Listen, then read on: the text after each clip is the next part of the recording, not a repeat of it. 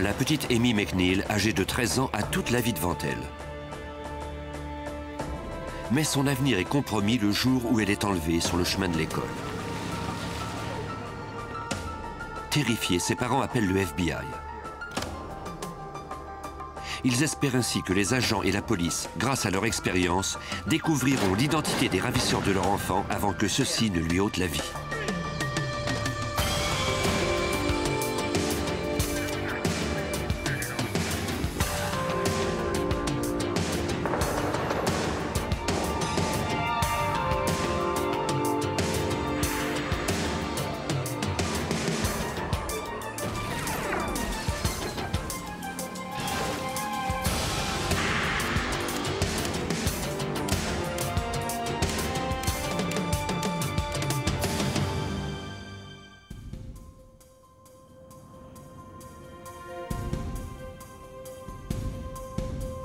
La petite ville d'Alvarado est située dans le comté rural de Johnson, à environ 30 km au sud de Fort Worth, au Texas.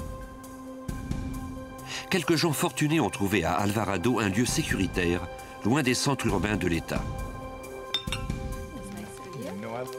Les McNeil étaient du nombre. C'était une des familles les plus aisées de la région, en partie grâce à l'argent que McNeil avait gagné en vendant un des premiers modèles de calculatrice portable. À 7h15, le vendredi 11 janvier 1985, la famille commence la journée comme d'habitude par le petit déjeuner.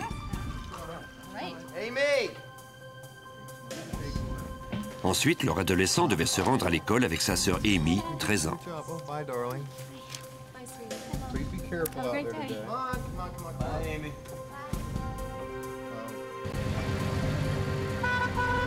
En route, le frère d'Amy s'arrêta pour prendre leur cousin.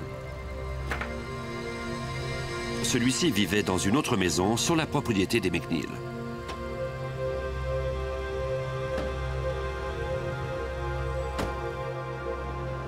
Vers 7h45, ils se mirent enfin en route pour l'école. C'est alors qu'une berline surgit de derrière un camion abandonné, se mit en travers de la route pour forcer la Jeep des adolescents à s'arrêter. Un homme armé sauta de la voiture et s'approcha de la Jeep. Il força Amy à monter à bord de la berline. L'homme aux cheveux blonds avertit ensuite son frère de ne rien dire à la police. Il ajouta qu'il n'allait pas tarder à appeler ses parents pour leur faire connaître ses exigences. Instinctivement, l'adolescent voulut descendre de son véhicule pour aider sa jeune sœur. Mais les ravisseurs menacèrent de le tuer lui et Amy s'il tentait de les suivre. Ils prirent la fuite si rapidement que les deux adolescents n'eurent pas le temps de lire le numéro de plaque d'immatriculation de la berline. En quelques secondes à peine, la fillette avait disparu. Les deux adolescents firent demi-tour pour rentrer à la maison au plus vite. Ils racontèrent les événements aux McNeil et leur répétèrent les menaces des ravisseurs s'ils en venaient à demander l'aide de la police. Malgré cette mise en garde, McNeil appela immédiatement le bureau du FBI de Fort Worth. L'agent spécial Clint Brown, aujourd'hui retraité après 30 ans de loyaux services, savait que chaque minute comptait. J'ai travaillé sur de nombreux cas d'enlèvement et pas une fois le ravisseur ne s'en est tiré. Notre but premier dans ce genre d'affaires, c'est de s'assurer que la victime rentre chez elle saine et sauve. Dans tout ce que nous entreprenons, nous prenons bien garde de faire quoi que ce soit qui mettrait en danger la personne kidnappée. Le FBI commença par installer une enregistreuse sur la ligne téléphonique des McNeil. Les agents espéraient ainsi identifier le ravisseur par sa voix ou découvrir d'où celui-ci appelait. Le FBI avisa également la société de télécommunications qui desservait la localité de se préparer à retracer des appels. Les agents indiquèrent au père comment se comporter lors de l'appel des ravisseurs. Il devrait insister pour obtenir la preuve que sa fillette était encore en vie. Le fait que les ravisseurs n'aient pas caché leur visage préoccupait le shérif Eddie Boggs de Johnson County qui appela la police d'État quelques instants après être arrivé. Les ravisseurs n'avaient aucunement cherché à cacher leur identité. Ils avaient le visage découvert, aucun masque, aucun déguisement, rien du tout. Cela m'indiquait qu'ils s'organiseraient pour que la victime ne puisse jamais les décrire. Autrement dit, qu'ils allaient sans doute la tuer. Vers 10 heures, soit plus de 2 heures après l'enlèvement de la petite Amy, le téléphone sonna enfin. C'était l'un des ravisseurs. L'homme exigea une rançon de 100 000 $, la moitié en billets de 100 $ et l'autre moitié en petites coupures.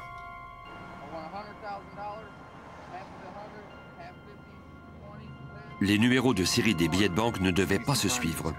Comme les agents le lui avaient demandé, le père d'Amy les supplia de le laisser parler à sa fille, mais le ravisseur refusa. Il déclara qu'Amy était toujours en vie et qu'il pourrait lui parler quand on le rappellerait pour lui dire où laisser l'argent. Il ajouta que s'il appelait le FBI, il ne verrait plus jamais sa fille.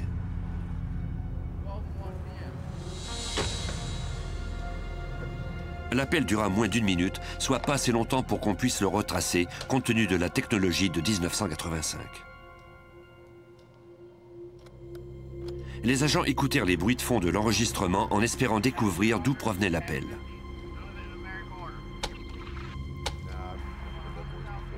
Selon eux, celui-ci provenait vraisemblablement d'une cabine téléphonique, car on pouvait entendre le bruit du vent et de voitures. On n'entendait toutefois rien de très précis, et personne dans la famille ne put reconnaître la voix du ravisseur. Même si le père d'Amy était fortuné, il ne disposait pas de 100 000 $ en argent liquide, parce que tout son argent était sous forme d'investissement.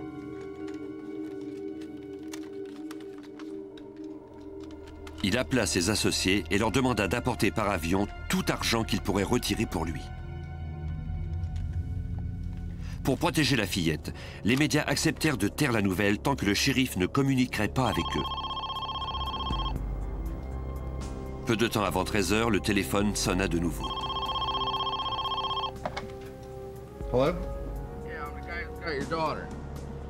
C'était l'homme qui avait appelé plus tôt. Sur une autre ligne téléphonique, un agent appela le chef de la sécurité de la société de téléphone pour lui demander de tenter de trouver d'où provenait l'appel. Celui-ci se mit aussitôt au travail.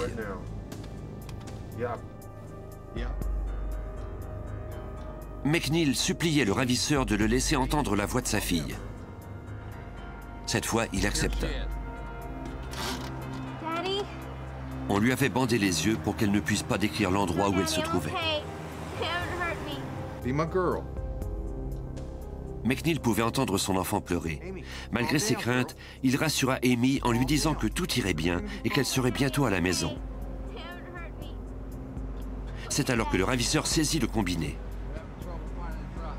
Il déclara qu'il n'avait pas encore décidé de l'endroit où le père devait laisser l'argent de la rançon.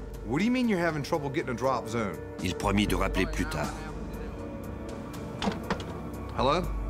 Le silence se fit alors dans la pièce, comme se le rappelle le policier Bill Gunn, aujourd'hui à la retraite. Ça nous brisait le cœur d'écouter cette conversation. La fillette était terrifiée, et bien sûr, son père l'était tout autant. La conversation a été très brève. Monsieur McNeil a encouragé Amy à être fière et à se rappeler qui elle était. Et la conversation s'est terminée comme ça. Les policiers espéraient avoir retracé l'appel. Le chef de la sécurité de la société de téléphone signala que l'appel provenait d'une zone à l'extérieur de son territoire et qu'il lui était impossible de poursuivre les recherches compte tenu que l'appel avait été interrompu. Il savait toutefois que la communication provenait de la ville de Kennedale, soit à quelques 40 km au nord de la propriété des McNeil. Amy était toujours au Texas, près de Fort Worth. Les policiers effectuèrent des fouilles sur un rayon de 50 km, d'Alvarado à Kennedale, à la recherche de la voiture des ravisseurs. Ils alertèrent également les autres policiers de la région et leur donnèrent la description de la berline à 4 portes. Mais sans le numéro de la plaque d'immatriculation, les chances de trouver cette voiture dans cette région rurale étaient minces. Près de 6 heures après l'enlèvement d'Amy McNeil, Les amis de son père, venant du Texas et de l'Arkansas, arrivèrent à Alvarado, emportant avec eux plusieurs dizaines de milliers de dollars en argent liquide. Les policiers de l'État les escortèrent de l'aéroport jusqu'à une banque où les sommes d'argent devaient être préparées en vue de la remise aux ravisseurs. Des gants de latex aux mains, les policiers mirent les 100 000 dollars en liasse après avoir noté tous les numéros de série. La moitié des billets étaient en coupure de 100 dollars, comme les ravisseurs l'avaient demandé. L'autre moitié, soit 50 000 dollars, était constituée de plus petites coupures. Le sergent John Dandy de la police du Texas, aujourd'hui à la retraite, participait à cette opération. Réunir une telle somme en aussi peu de temps n'a pas été une mince affaire. Mais quand on a eu cet argent, les policiers ont trouvé des sacs dans lesquels ils ont mis les billets.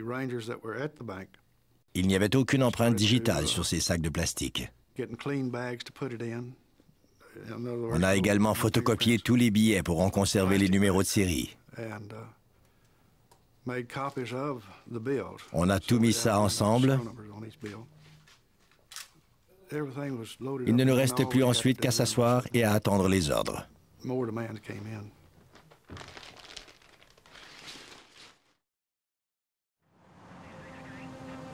À la fin de l'après-midi, des policiers avaient repéré une voiture qui correspondait à la description de celle des ravisseurs. Elle était garée à 30 km de la propriété des McNeil. En vérifiant le numéro de la plaque d'immatriculation, les policiers constatèrent que la voiture avait été volée à Mesquite la veille, soit à 80 km à l'est d'Alvarado. À l'intérieur, ils ne trouvèrent aucune trace d'Amy et de ses ravisseurs. Ils firent remorquer le véhicule à la fourrière et continuèrent à ratisser le secteur à la recherche de témoins qui auraient vu le conducteur. À 23h30, soit 16 heures après l'enlèvement, la famille d'Amy avait reçu 3 autres appels. Mais jamais on ne leur avait dit où laisser l'argent de la rançon.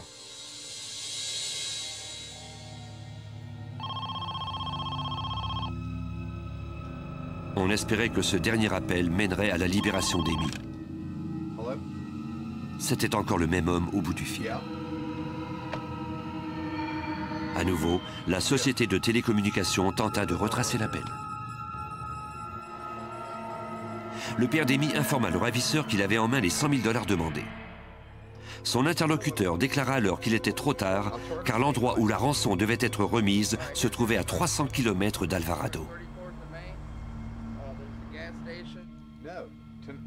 Quand McNeil arriverait sur les lieux, il ferait jour et le ravisseur ne voulait pas courir le risque d'être vu. Le père le supplia de faire la transaction le soir même. L'homme refusa. Il déclara qu'il rappellerait le lendemain pour lui faire une autre proposition. Les agents attendirent des nouvelles de la société de téléphone. Malheureusement, on n'avait pas eu le temps de trouver l'endroit d'où le ravisseur appelait.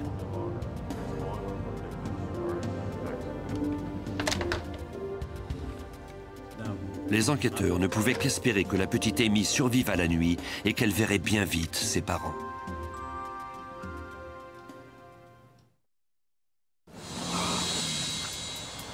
À 17 h, le samedi 12 janvier 1985, une journée et demie s'était écoulée depuis l'enlèvement d'Amy McNeil alors qu'elle se rendait à son école à Alvarado, au Texas. L'un de ses ravisseurs avait appelé sa famille à 7 reprises. Il avait exigé une rançon de 100 000 dollars en billets de banque dont les numéros de série n'étaient pas en séquence, mais il n'avait pas encore dit à quel endroit il voulait que les McNeil laissent l'argent. Malgré les menaces des ravisseurs, le père d'Amy s'était empressé d'appeler le FBI. Plusieurs agents, une douzaine de policiers de l'État et de policiers du bureau de Johnson County s'étaient joints à lui dans ses recherches. Les ravisseurs avaient promis d'appeler à 17 h pour dire à quel endroit se ferait la transaction et pour confirmer qu'Amy était toujours saine et sauve. Malgré la pénible attente, l'agent spécial Clint Brown et son équipe ne perdirent pas de temps à se préparer. On a mis un plan au point dès qu'on a pu. Monsieur McNeil devait apporter l'argent en personne à bord de sa voiture qu'il conduirait lui-même, car on voulait que les gens puissent le voir. Il possédait une limousine. Les ravisseurs présumeraient qu'il y était seul, mais 2 agents du FBI devaient s'y cacher. Les agents dissimuleraient une enregistreuse miniature sur McNeil afin qu'il puisse enregistrer les conversations qu'il aurait peut-être avec les ravisseurs si ceux-ci s'approchaient de la limousine. De plus, il y aurait des micros dans la voiture et les 2 agents du FBI seraient lourdement armés.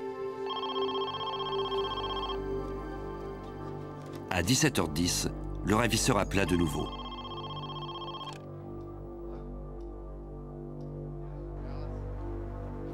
Il dit à McNeil de se rendre seul dans sa limousine sur l'autoroute 30 à l'est de Dallas, soit à une distance de 65 km. Il devait y prendre la sortie 51. Il y trouverait une station-service. McNeil devait arriver sur place à 19h. Il recevrait d'autres instructions à partir d'un téléphone public à côté d'un distributeur automatique. McNeil put parler brièvement à Amy avant que son ravisseur ne coupe la communication. Elle était terrifiée, mais on ne lui avait fait aucun mal. L'appel avait été trop bref pour être retracé. Comme prévu, un contingent d'agents du FBI, de policiers de l'État et de Johnson County suivrait la voiture de McNeil à distance. Les policiers ne manqueraient de rien, comme nous le raconte Bill Gunn, retraité de la police d'État. On a utilisé toutes les ressources disponibles. On avait des dispositifs de pistage et des avions. On a installé un dispositif de pistage sur la voiture de McNeil. Ainsi, si on perdait le contact, les 2 avions pourraient le retrouver. Le père d'Amy promit à sa femme de ne pas revenir à la maison sans leur enfant. Il portait un gilet pare-balles et on lui avait prêté une arme à feu au cas où les ravisseurs s'en prendraient à lui. Quant aux 2 agents qui l'accompagnaient, ils étaient armés de fusils de chasse et de pistolets semi-automatiques. Ceux-ci vérifièrent leur matériel radio pour s'assurer que l'équipe pouvait les entendre. L'agent spécial Rod Kicklighter du FBI, aujourd'hui à la retraite, était l'un des agents dans la limousine. Il donna ses directives au père. Je me souviens qu'une des choses qu'on lui a dites, c'était de ne pas se laisser prendre en otage. On en a parlé assez longuement. Il devait donner l'argent, puis nous laisser nous occuper des arrestations. Il ne devait en aucun cas s'impliquer dans l'affaire. McNeil reçut la permission de partir pour se rendre à la station-service à 65 km à l'est de Dallas.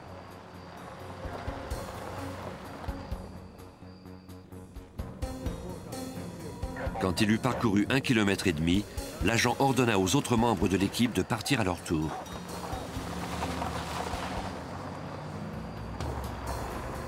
Comme le ravisseur avait donné un itinéraire précis pour se rendre à la station-service, l'ex-policier John Dendy et les autres craignaient que les ravisseurs ne surveillent la limousine en route. On ignorait totalement où ils se trouvaient, qui ils étaient. On ignorait tout des ravisseurs. Pour éviter que ceux-ci n'aient des soupçons, on devait garder une bonne distance entre nous et la voiture. Quand ils sortirent du comté, les policiers appelèrent les autorités locales.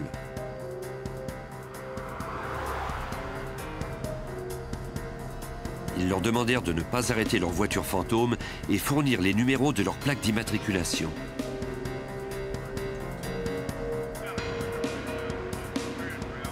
De nombreuses unités de patrouille étaient déjà parties à la station-service pour la surveiller. La plupart d'entre elles se tenaient à distance, mais une équipe surveillait le téléphone public. On était prêt à passer à l'action si les ravisseurs se montraient.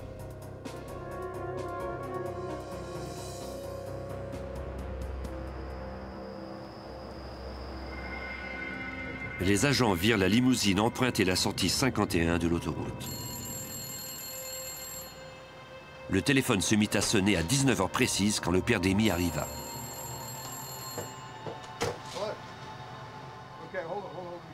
C'était le 8e appel qu'il recevait des ravisseurs de sa fille depuis les dernières 34 heures. Il fut déçu par ce qu'il entendit. Le ravisseur lui demandait d'emprunter l'autoroute 20 Est en direction de Tyler, soit à plus de 150 km de Dallas. À la sortie 69, il trouverait une autre station-service où il recevrait un appel à 21h20 sur le téléphone public à l'extérieur. Pour l'agent spécial Clint Brown, il était difficile de savoir ce que les ravisseurs d'Amy comptaient faire. On pouvait voir que les ravisseurs étaient mal organisés. Ils semblaient confus. Ils modifiaient sans cesse leurs plans. Ils ne savaient pas où l'argent devait être laissé. C'est pour cela que rien ne progressait. Ils ébauchaient leurs plans au fur et à mesure. Ils ne semblaient pas avoir beaucoup réfléchi à toute l'affaire.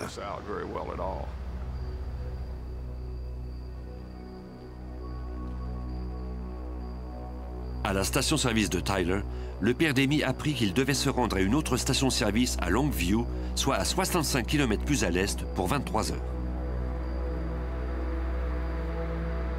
De là, il apprit qu'il devrait se rendre à plus de 100 km au nord à une 4e station-service à Mount Pleasant. À minuit, il recevrait un autre appel du téléphone public qui se trouvait à l'extérieur. L'équipe avait maintenant parcouru près de 300 km et roulé pendant plus de 5h30. Personne n'avait prévu que cela serait aussi long. Les avions avaient dû rentrer faire le plein à Dallas.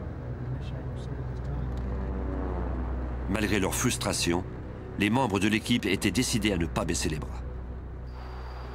On n'avait pas la moindre idée de ce qu'ils voudraient ensuite. On avait traversé une grande partie du Texas et l'on ignorait quand cela se terminerait, mais on savait qu'on serait là jusqu'à la fin. Mais la situation empira. À mi-chemin de la station-service de Mount Pleasant, la limousine cessa de fonctionner. Après avoir roulé à une vitesse de 160 km à l'heure pendant une période de temps prolongée, le moteur commençait à avoir des ratés. L'agent Kicklighter craignait que ces problèmes ne compromettent leur chance de retrouver la petite Amy. On commençait à être tendu et inquiet de ne pas pouvoir arriver au point de rendez-vous comme prévu.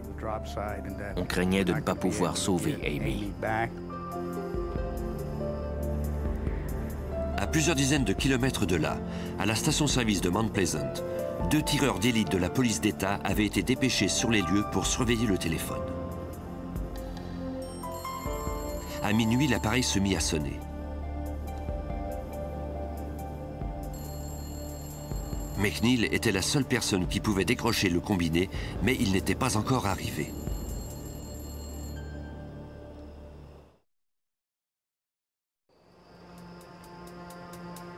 À minuit, le 13 janvier 1985, un peu avant Mount Pleasant au Texas, 2 agents du FBI et le père d'une fillette de 13 ans qui avait été enlevée tentaient désespérément de réparer le moteur d'une limousine. De fait, cette voiture était celle que s'attendaient à voir arriver les ravisseurs de la fille de McNeil à la station-service à minuit. Pendant que McNeil tentait de faire redémarrer sa voiture, 2 tireurs d'élite de la police d'État qui surveillaient la station-service entendirent le téléphone public sonner.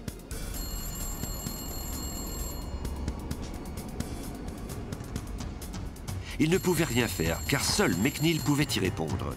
Celui-ci avait manqué l'appel où l'on devait lui dire où aller remettre la rançon de 100 000 $ en échange de sa fille.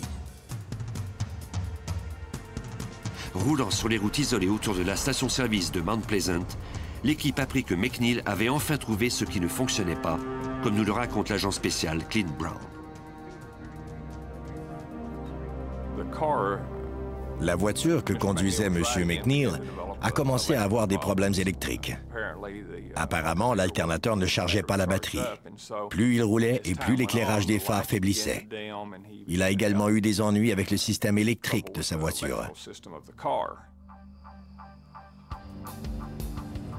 Les dispositifs pour les communications et le pistage que l'on avait installés dans l'auto avaient drainé toute l'énergie de la batterie au cours des 7 dernières heures. En débranchant certains appareils, on obtint assez d'électricité pour faire redémarrer le moteur. Même si les phares étaient inopérants, la voiture avançait toujours. McNeil et les deux agents poursuivirent la route malgré tout. Un avion leur fournissait de l'éclairage. Les autres agents du FBI, de même que les policiers de l'État et de Johnson County, s'étaient donné rendez-vous à une autre station-service à proximité de celle où devaient rappeler les ravisseurs. Ils discutèrent des opérations à faire maintenant que McNeil avait manqué l'appel de minuit et qu'il ne pouvait d'aucune façon appeler les ravisseurs. N'ayant guère le choix, les enquêteurs envoyèrent la limousine à la station de Mount Pleasant en se disant que les ravisseurs rappelleraient sans doute. On comptait sur le fait qu'ils voulaient toucher la rançon et que, par conséquent, ils allaient se rendre à la station-service ou appelleraient de nouveau. On leur avait dit qu'on avait cet argent et ils savaient qu'on voulait avoir Amy en échange de cette somme. On a donc pensé qu'ils s'en tiendraient, malgré tout, au plan initial. Vers 1 h du matin, McNeil et les deux agents du FBI arrivèrent enfin à la station-service de Mount Pleasant avec la limousine. Près de 8 heures s'étaient écoulées et ils avaient parcouru 320 km depuis leur départ d'Alvarado lorsque le moteur rendit complètement l'âme. Le véhicule nécessitait des réparations importantes. Il n'y avait rien d'autre à faire que d'attendre en espérant que les ravisseurs appellent.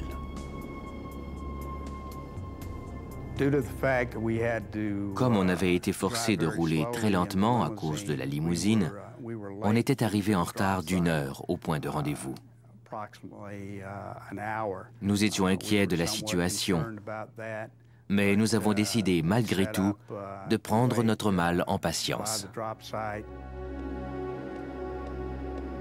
Les policiers de l'État surveillaient l'endroit caché dans le champ face à la station-service. On ignorait toujours le sort de la petite Amy McNeil.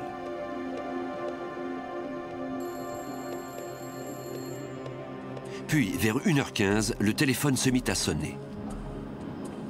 Comme les enquêteurs l'avaient soupçonné, c'était un des ravisseurs. Il avait hâte de toucher sa rançon. Il déclara qu'Amy était toujours en vie, mais il refusa de la laisser parler au téléphone. Pis encore, Bill Gunn et son équipe de policiers du Texas apprirent que les ravisseurs avaient vraisemblablement remarqué la forte présence policière sur les routes isolées. Il s'est mis à accuser McNeil d'avoir avisé la police et il était fort mécontent. Il a finalement dit au père d'apporter l'argent à un motel de Mount Pleasant et c'est alors que McNeil lui a dit que sa voiture ne fonctionnait plus, que le moteur était fini.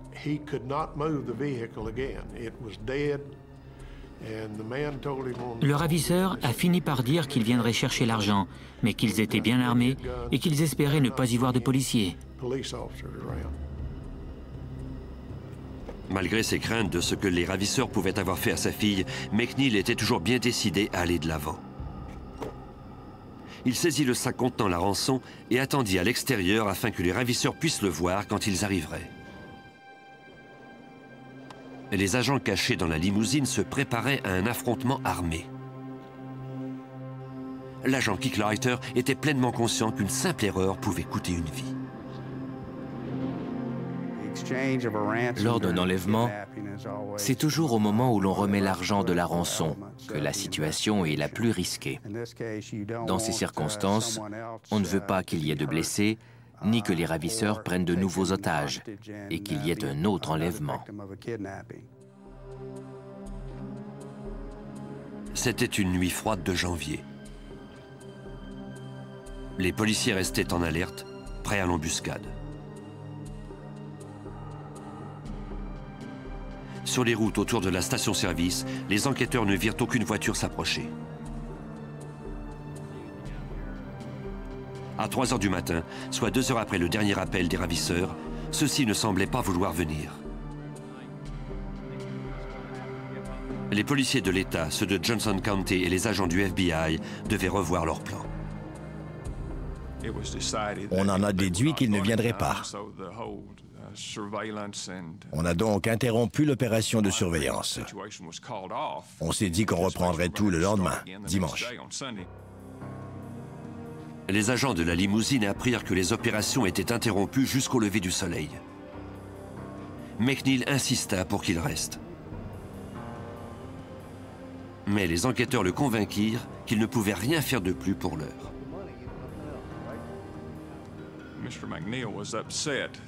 M. McNeil était furieux de voir qu'une autre nuit allait finir sans qu'il ait pu revoir sa fille. Il avait fait tout ce qu'on lui avait demandé. Il était donc extrêmement déçu.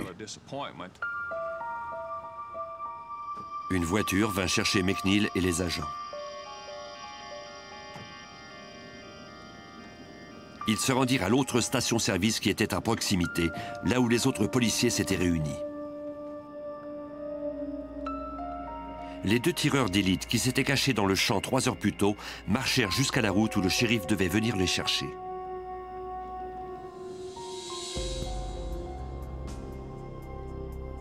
Au moment où ils s'approchaient, une voiture passa près d'eux. Un groupe d'hommes et une fillette étaient à bord. La voiture se dirigeait vers l'autoroute. Ils alertèrent toutes les unités de patrouille du secteur. Le shérif de Johnson County, qui était en route pour aller chercher les tireurs d'élite, entendit l'appel et aperçut la voiture suspecte sur l'autoroute. Il tenta de la poursuivre, mais la berline n'eut aucun mal à distancer la camionnette que conduisait le shérif Eddie Boggs. Ma camionnette allait très lentement et ils m'ont semé aisément. Je ne pouvais absolument pas les suivre parce qu'ils roulaient à 160 km à l'heure. C'était incroyable. Malgré ses tentatives, le shérif perdit la voiture de vue. Il retourna au poste de commandement temporaire pour fournir un rapport détaillé de ce qui venait de se produire. Amy courait maintenant un plus grand danger encore, car les ravisseurs savaient maintenant que la police participait à l'opération. On reçut alors un appel de l'avion qui survolait la région. Le pilote avait repéré le véhicule. Les enquêteurs sur la route se mirent à sa poursuite. Le policier Bill Gunn se rappelle que les suspects roulaient sur l'autoroute 30 en direction de l'ouest. À ce moment-là, nous étions tous au courant de ce qui se passait et nous avions pris le véhicule en filature. On a continué à rouler à haute vitesse sur l'autoroute 30 en direction de Dallas et d'un autre village dans un comté voisin. 10 minutes plus tard, les policiers de l'État, les policiers des comtés et les agents du FBI s'alignèrent derrière l'auto des suspects qui refusaient de ralentir. Alors qu'un policier de l'État s'apprêtait à les doubler, on lui tira dessus. Sa voiture fut criblée de balles de fusils de chasse et de pistolets. Il se préparait à riposter quand il aperçut deux jeunes filles à l'arrière. L'une d'elles était la jeune Amy McNeil, que l'un des ravisseurs poussait contre la lunette arrière.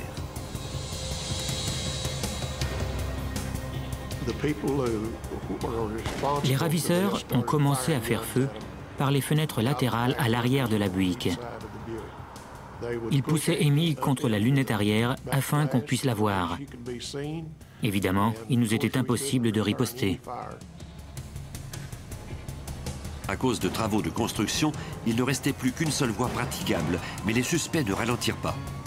Des projectiles transpercèrent la calandre de la voiture de tête des policiers et percèrent le carburateur, ce qui obligea l'agent à s'arrêter.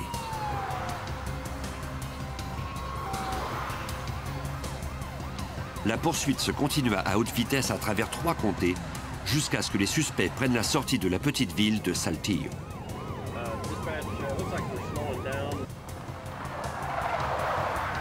Puis, contre toute attente, vers 4 heures du matin, ils s'arrêtèrent devant une maison et certains d'entre eux prirent la fuite à pied. Ils ouvrirent le feu sur les enquêteurs à leur poursuite. 2 d'entre eux se cachèrent derrière une camionnette garée dans l'allée pendant qu'un des ravisseurs disparaissait derrière la maison. Aucun des policiers sur les lieux ne portait de gilet pare-balles.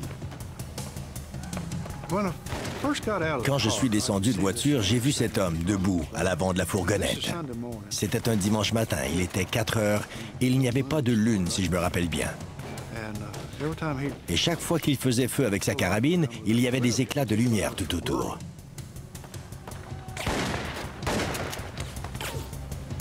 Les policiers se protégèrent derrière leur voiture et coincèrent les ravisseurs.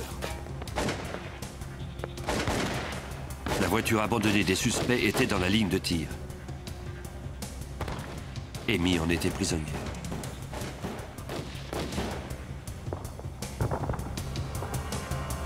Un des ravisseurs tenta d'entrer dans la maison où vivait une dame âgée.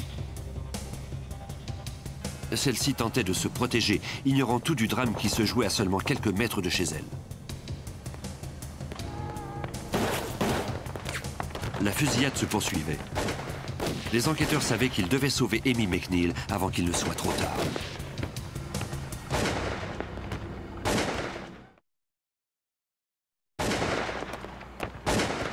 À 4 heures du matin, le 13 janvier 1985, les agents du FBI et les policiers de l'État du Texas et de Johnson County tiraient sur les ravisseurs de la petite Amy McNeil.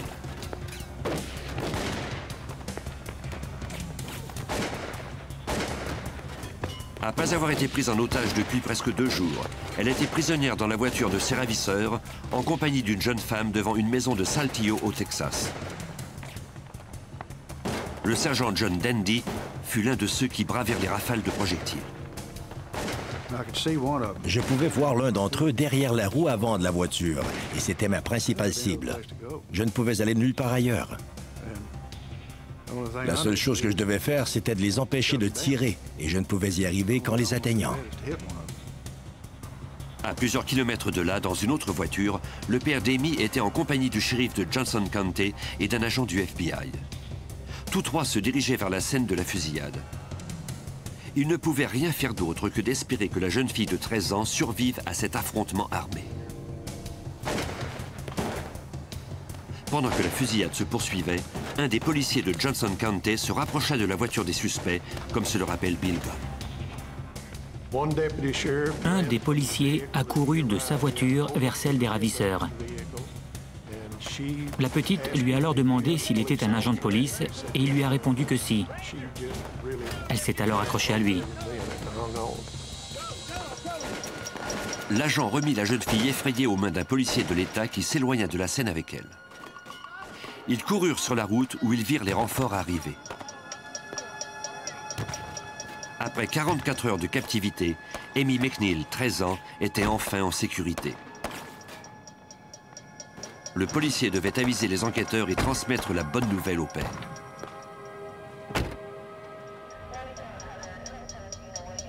L'agent spécial Rod Kicklighter était dans la voiture quand il reçut l'appel. Il nous semblait qu'il s'était écoulé plusieurs heures avant qu'on reçoive finalement la confirmation qu'Amy était en sécurité. Je me rappelle que son père ne cessait de me saisir à bras-le-corps et de me supplier de lui dire comment elle allait. Quand on a su qu'elle était en sécurité, il était en extase, comme nous tous d'ailleurs.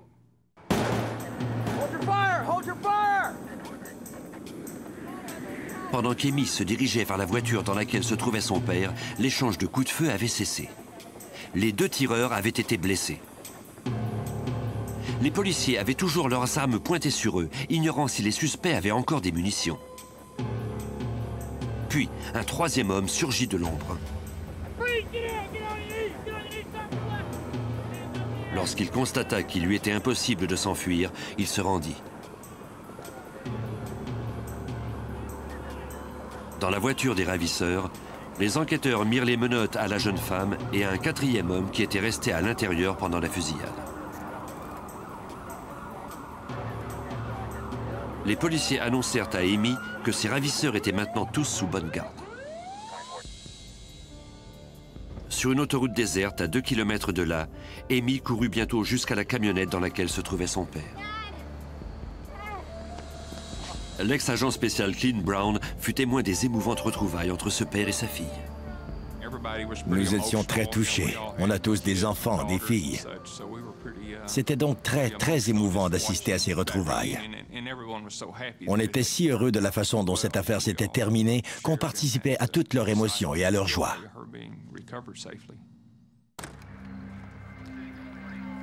Il n'y avait des blessés que parmi les ravisseurs. 2 d'entre eux étaient des repris de justice. Ils étaient sous l'effet des méthamphétamines au moment de la fusillade. On examina également la dame âgée. Elle avait survécu à cette mésaventure avec un léger choc nerveux. On vérifia le numéro de la plaque d'immatriculation de la voiture des ravisseurs. Elle avait été volée à Dallas la veille. Les enquêteurs comprirent pourquoi les criminels s'étaient arrêtés à cet endroit précis. On ne comprenait pas pourquoi ils s'étaient arrêtés devant cette maison en particulier, mais on a vu plus tard que c'était parce qu'ils étaient à court d'essence. James Foote, 34 ans, celui qui avait appelé pour demander la rançon, avait déjà travaillé pour McNeil. C'était lui qui avait mis au point le plan de l'enlèvement d'Amy. Pour avoir utilisé une arme dans le but de commettre un crime, il fut jugé coupable d'enlèvement et de tentative de meurtre et condamné à la prison à vie. Michael Mills, âgé de 27 ans, qui avait fait les appels subséquents, fut également jugé coupable d'enlèvement et de tentative de meurtre et condamné à la prison à vie. Les autres ravisseurs, Daniel Necker et Thomas Barnes, tous deux âgés de 21 ans, furent aussi reconnus coupables des mêmes crimes et furent condamnés à vie. Quant à la jeune femme de 18 ans qui se trouvait avec eux, elle fut également accusée. Toutefois, elle n'avait rencontré James Foote que quelques jours plus tôt, avant qu'elle eût l'enlèvement. Elle fut terrifiée en voyant les hommes revenir avec la jeune fille de 13 ans. Elle était restée pour les empêcher de violer Amy. Plus tard, celle-ci confirma que la jeune femme l'avait protégée, comme nous le raconte Eddie Boggs, alors shérif de Johnson County. À la demande d'Amy, elle n'a écopé que d'une probation de 10 ans. Cette complice ne savait trop ce dans quoi elle s'était embarquée quand elle s'était jointe au groupe. Il consommait déjà de la drogue depuis plusieurs jours quand elle était arrivée. Elle a tout simplement été mêlée à quelque chose dont elle ne pouvait pas se sortir. 6 mois plus tard, le 4 juillet 1985, Foote fut transféré du pénitencier fédéral à la prison de Johnson County pour y faire face à d'autres accusations. Les autorités avaient découvert que les armes utilisées lors de l'enlèvement avaient servi à un vol à Dallas. Foote fut également inculpé de la tentative d'enlèvement d'un enfant à Arlington quelques jours avant l'enlèvement d'Amy. Dehors, il faisait une chaleur torride et le gardien de prison accepta d'apporter un tuyau d'arrosage pour que les prisonniers puissent se rafraîchir un peu. Pendant son absence, Foote en profita pour escalader la clôture de 2,5 mètres. Il parvint ensuite à passer sous les barbelés.